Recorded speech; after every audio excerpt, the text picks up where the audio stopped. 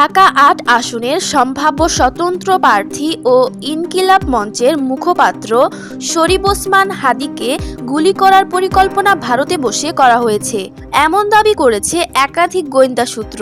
তাদের ভাষ্য অনুযায়ী ভারতে অবস্থানরত কার্যক্রম নিষিদ্ধ আওয়ামী লীগের প্রেসিডিয়াম সদস্য ও সাবেক মন্ত্রী জাহাঙ্গীর কবির নানকের পরিকল্পনায় এই হত্যা চেষ্টার ঘটনা ঘটে। গোয়েন্দা সূত্রগুলো বলছে, কিলিং মিশনে জড়িত প্রধান দুই সন্দেহভাজন যুবলীগ নেতা শেখ মোহাম্মদ আলমগীর হোসেন ও ছাত্রলীগ নেতা ফয়সাল করিম মাসুদ ময়মনসিংহের হালুয়াঘাট সীমান্ত দিয়ে ভারতে পালিয়ে গেছেন।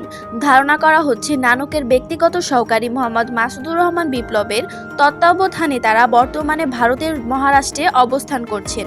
তদন্ত সংশ্লিষ্ট ও গোয়েন্দা কর্মকর্তাদের সঙ্গে কথা বলে এসব তথ্য পাওয়া গেছে। সেখানে ভারতীয় রিলায়েন্স জিও কোম্পানির সিম কার্ড ব্যবহার করছে, তবে অধিকাংশ সময় মোবাইল বন্ধ রাখা হচ্ছে। ফয়সাল তার ফোন সেটটি পরিবর্তন না করায় ফোনের IMEI নম্বর ধরে গোয়েন্দারা প্রযুক্তির সাহায্যে ফয়সালের অবস্থান নিশ্চিত করতে সক্ষম হয়েছে। হত্যা চেষ্টায় ব্যবহৃত অস্ত্রও উদ্ধার করা হয়েছে।